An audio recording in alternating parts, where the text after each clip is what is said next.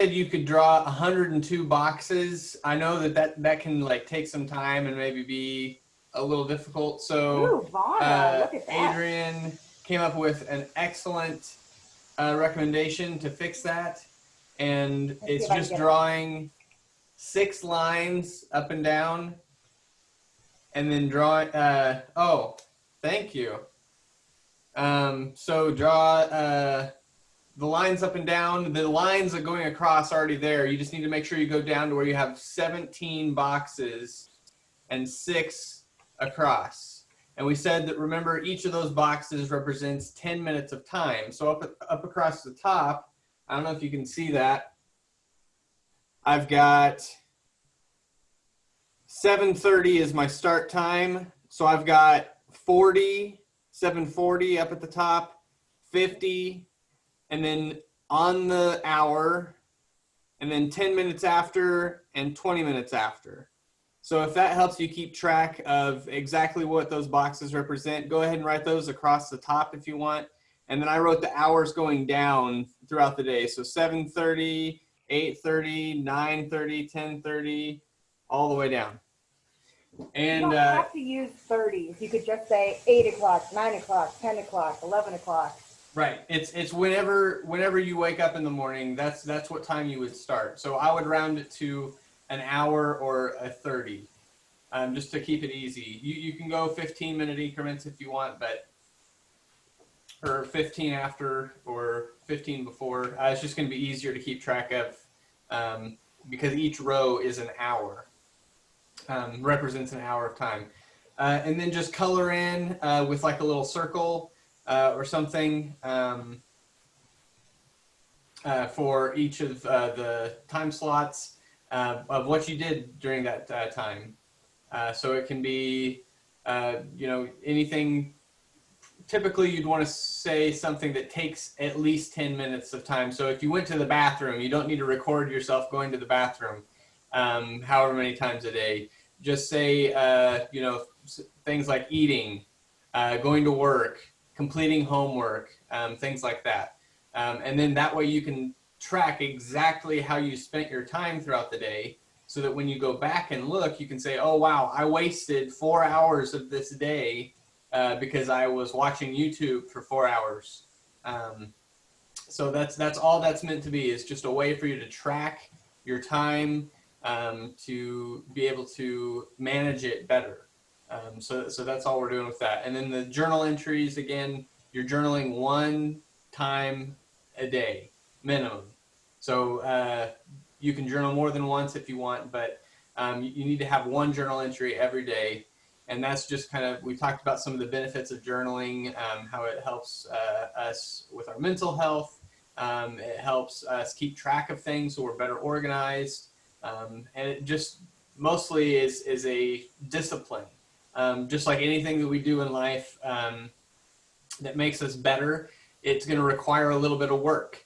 And we said yesterday in our lesson that we are train in the mundane. So the everyday, ordinary things that we do, that's the majority of our time, is just everyday things. So if you're working hard and you're just normal everyday things, you're going to naturally get better and be able to do the things when it comes time for something big for you to do. You've got a big homework assignment, or you've got a big presentation. You've got a job interview coming up and you're really nervous about getting this new job. If you're working hard during the average normal times of your life, you're going to be able to naturally do better during those more difficult, unique times. So today we're going to be covering money management. So a lot of the same rules apply to money management as to time management. And I want to kind of break this class up a little bit so that we're not just hearing me talk again for the majority of the time. I'd like for you guys to actually get to do some kind of activity associated with this. So we're going to break into some breakout rooms shortly. But I just want to cover a couple things real quick. First, when it comes to managing your money, just like with managing your time, it's going to make it a lot easier if you know where your money is going. So if you want, and this is not going to be an assigned thing that you have to do the rest of the summer, because a lot of you don't have regular monthly income. But I would highly encourage you, when you do get a regular monthly income, to set a budget every month where you, before the month begins, you set exactly what you want to spend all of your money on throughout the rest of the month, so that when you get to the end of the month, you should have a balance of 0. Now, that does not take into account savings. Savings is one of those things that you put your money into. So you should balance out at 0. Now, that's one way to budget your money. Another way to budget is called the 50-30-20 rule. And if you've never heard of the 50-20 or 50-30-20 rule, 50% of your income should go to things that you need. So those are things like food, any bills for like housing or clothing or anything like that. Those are things that you absolutely cannot live without. 50% of your income. 30% of your income should go to things that you want. So not necessarily just frivolous spending, but you don't necessarily have to have a phone. In today's world, it seems ridiculous that you would not have a phone, but you don't have to have one. So that's something that you want to make your life a little bit easier. Things like internet. I would almost say that that's a need at this point versus a want, but things like entertainment, things that just kind of make your life a little bit better. And then finally, 20% goes to savings or paying off debt, any debt that you have. And that can be credit cards, it could be student loans. Some of you are going to be experiencing that in the future, which is exciting. Did my screen go away for a second? Or is it just showing? I just made you not the spotlight anymore. Oh, thank you. Okay, sorry. I see you all the time, so. I know. You're probably sick of seeing me. So we're gonna get into our breakout rooms to do our activity soon. Before we begin, is there anything, because this is kind of meant to be more of a discussion day, question and answer day. So before we begin, is there anything that you guys have questions about money? It could be anything from taxes to, yes. Was there a question? Oh, no, okay. So it could be financial aid for school, scholarships. It could be anything, how to budget your checkbook. We have a resident professional checkbook balancer here with us, and that is Vana. If you need help balancing your checkbook, go talk to Vana. We have okay, Vana has a question. How to save for scholarship money, or even how to apply for those? That's a great question, Vana. So there is some research, I guess, that suggests that you, as a student, since you're not making necessarily a full income, should have like $500 in savings. That's a total just estimate across the board. Everyone at your age ideally would try to make about a $500 investment in savings. So that's to cover emergencies, anything. When you get into the adult world, supposedly that goes up. And I think that makes sense for most of you, that the more money you make, the more you should be saving. I would say if you're saving for scholarships, any extra bit of money that you can put aside is going to help you at this point. But if you want to apply for scholarships, your best friend with with regards to applying for scholarships is going to be your school counselor. They are going to be able to get you all of the resources that you need to apply for local scholarships, as well as put you in contact with people that you want to apply for, like the particular school that you're going to, or the organization that you're entering. Sometimes has specific scholarships that your school counselor will be able to help you get in contact with. But I would highly encourage you, even as juniors, so freshmen, sophomores, this isn't as applicable to you just because you're not as close to college. But juniors can even apply for certain scholarships. There are certain ones that only juniors can apply for. So I would talk to your school counselor and see what scholarships are available to you. Again, what's going to help you boost your scholarships? Does anybody have any suggestions for boosting your scholarships? As far as like when you apply, they're more likely to give you the money, or they're likely to give you more money if you do these certain things. So there's several ways. Who did? Emily. Emily, go ahead. Unmute yourself, Emily, and tell us what's a good way to boost your scholarships. Oh, I was just going to say, I go to scholarshipowl.com. Okay. I sign up for everything and anything they have. Great. Great. They have a lot of sites online that, like, some are fake, but you have to walk those ones. Okay, you're breaking up just a little bit, Emily. At least from my end, I had trouble hearing you, but from what it sounded like you said, you can search for scholarships online, but you have to be careful because some of them are just out to get your money. If you have to pay to apply for a scholarship, usually that's a good sign that you don't want any part of it. That's a great suggestion, Emily. I see some more suggestions in the chat there. High ACT score, Nick. That is 100% correct. We are all about preparing for the ACT, and we're going to be covering that in week 5 this summer. So the rest of the life skills classes are going to be led by the VAs, the virtual assistants.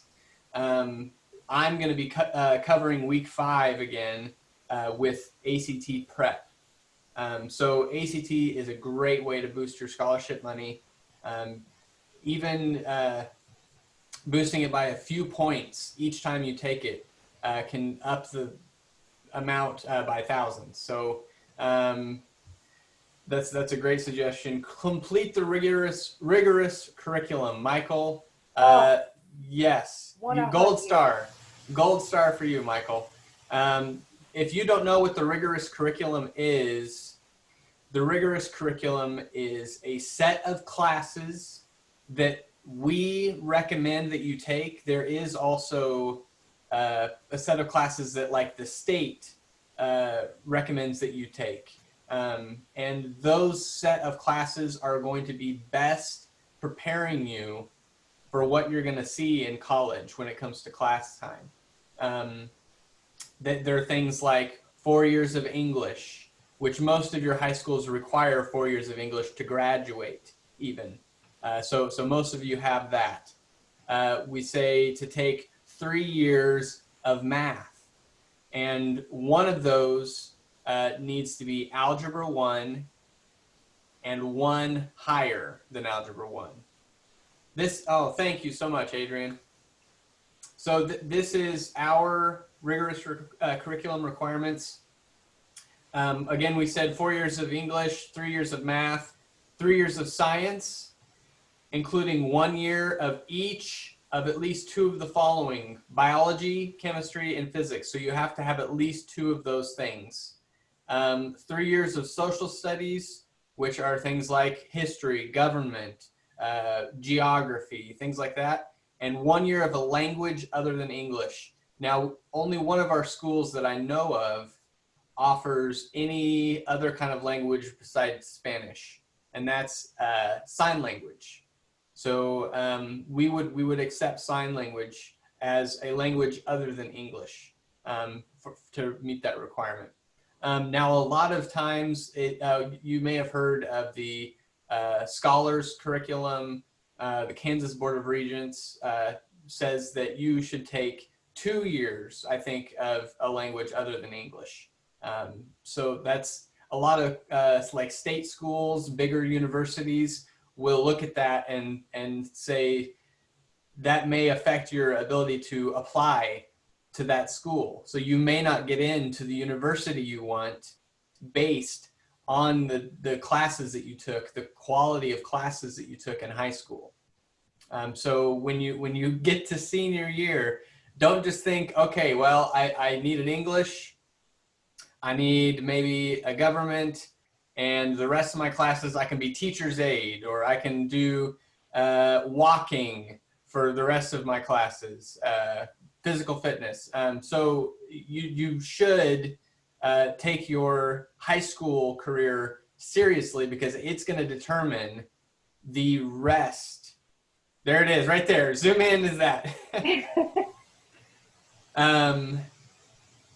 You are building right now, whether you realize it or not, as a freshman, sophomore in high school, you are building the rest of your life.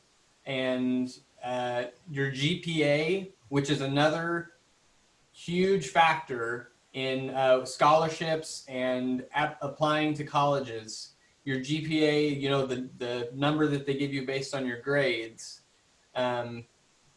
those are also ways that you can boost your money that you're going to get from scholarships. And you start working on that GPA as a freshman. So is it too late to salvage things as a sophomore, as a junior? No, it's not too late to turn that around. But as a senior, you're going to be very, very, it's going to be a challenge to turn that GPA around if you've done poorly the first few years. So that's why it's crucial to stay on top of your classes all the way through high school, because it will follow you and it will track all the way up into college. Thank you, Adrian. Interject for a moment? Of course, go ahead. Thank you so much. So I wanted to mention two things. Number one, Dan's focusing on GPA, talking about taking those rigorous classes, because when you look for colleges, they're going to look at the classes you are taking. If they see that you were a TA for 3 classes from your senior year, they're going to understand that you were really just trying to get those A's. They are more impressed when you take, you know, an additional science class, or even an extra year of foreign language or something like that. Something that's actually challenging you, because the point of high school is to prepare you for college. Additionally, when those scholarship committees look at all your requirements, or when those colleges look at all your requirements, we all know there are some of those you can control and some of those you can't.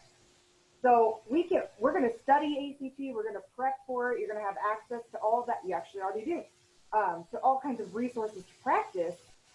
But as we know, it's like a 1-time or 2-time shot. So if that ACT score doesn't end up being what you want, you should focus on the things that you do have more control on, like doing that homework, getting the grades in the classes that you are able to work on every day.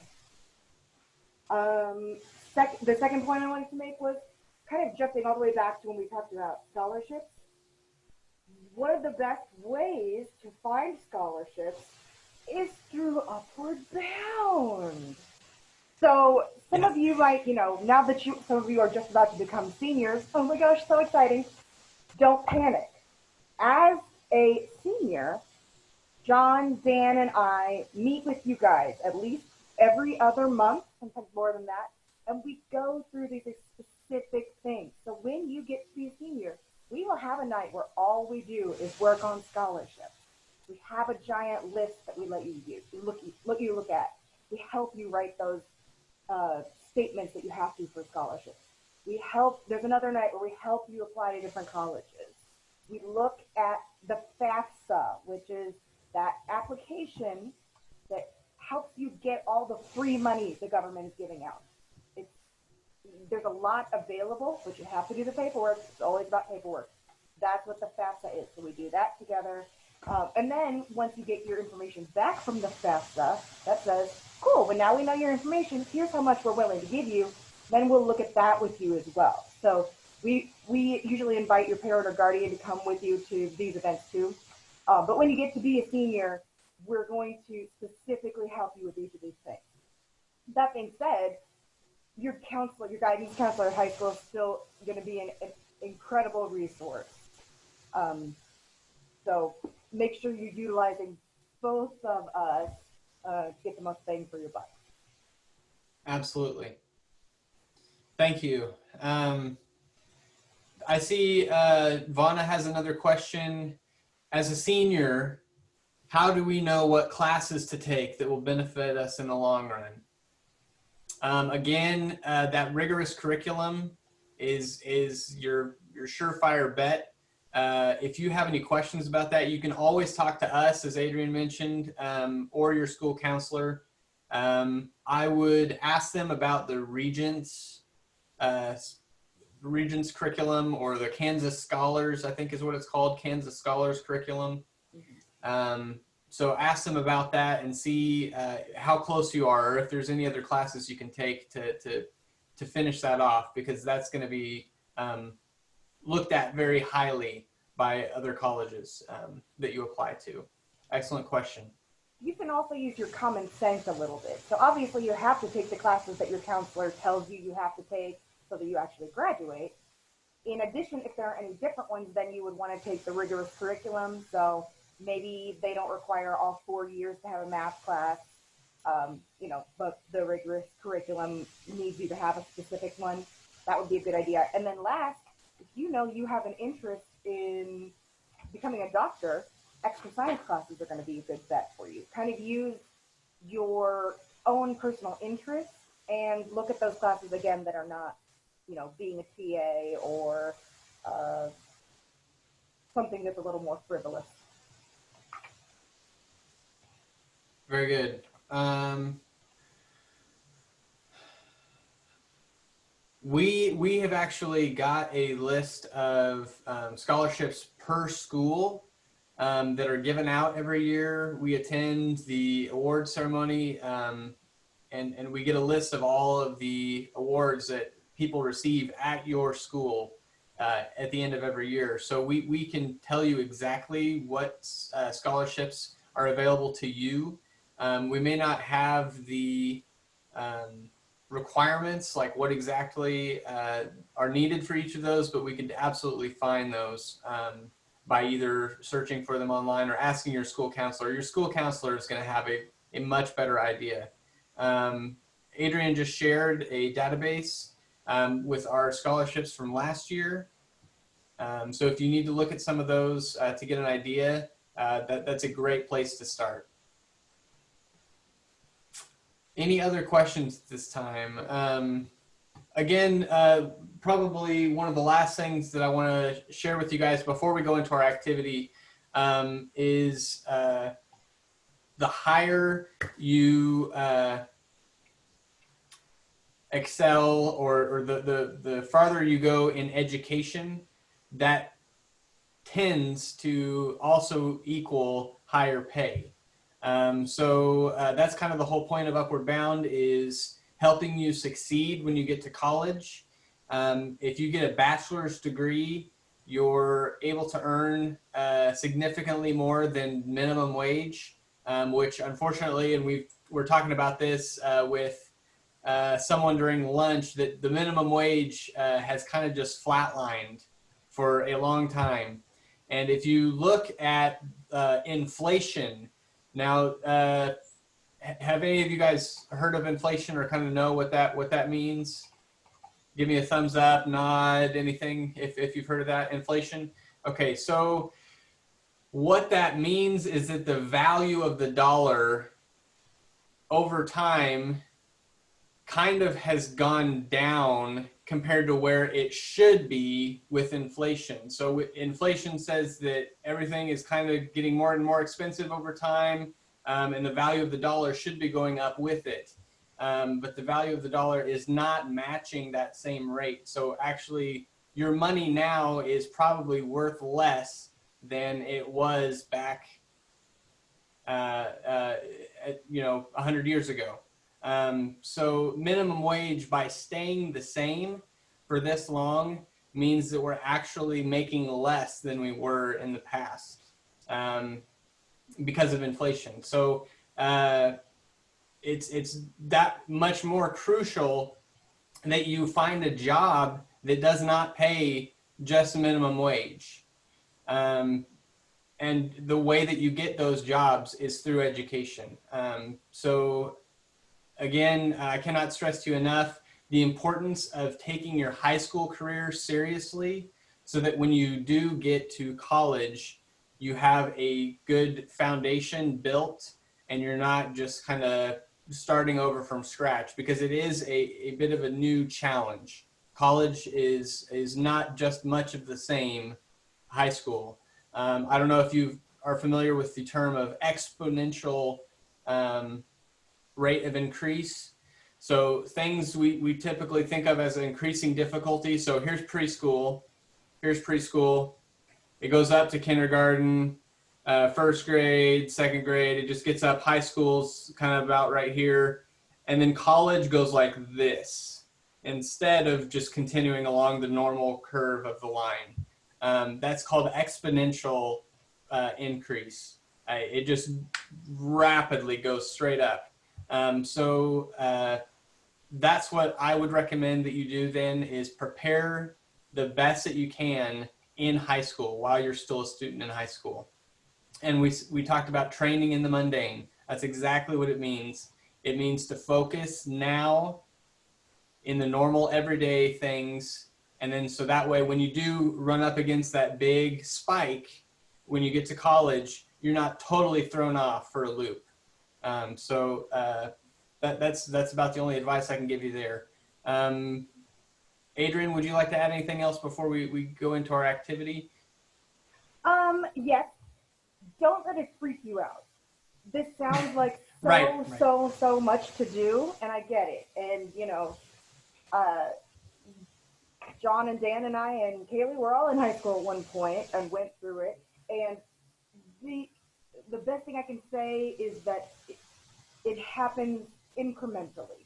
So the only things you need to worry about right now are the things that you can control. So if you are about to become a freshman, you would want to make sure that, okay, well, I know the rigorous curriculum asks me to take an English class, a math class, I need some social studies eventually, and I need a foreign language. So I'm going to make sure I'm in 3 of those classes, and that I'm doing the basic things like my homework in those classes, so that you get the grades you want. When you're into your higher grades above that, you want to check the list of classes and see, man, am I on track? We're checking you too. But I would look at that and say, like, okay, all right, now I'm mentally prepared that I'm going to have to take geography or something. And, understand that needs to be on your schedule for a reason.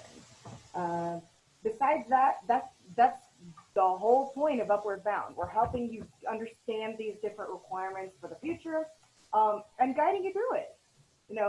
I was in Upward Bound when I was in high school, and I remember being very overwhelmed. And then when we talked about each of these topics, like the financial aid or anything like that, you slowly start to understand all the terms, and you just do whatever piece of paperwork is next.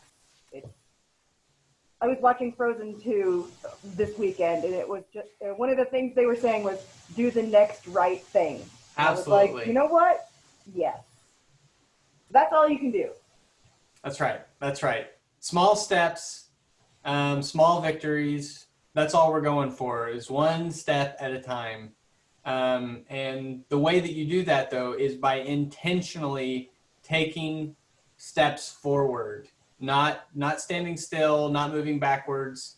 And the only way to take steps forward is to try. So if even if you aren't sure what to do, there's people here that are always willing to help. So even if you don't know what the next step looks like, just ask, and we'll help you figure it out. So with that in mind, there is a bit of a situation going on right now.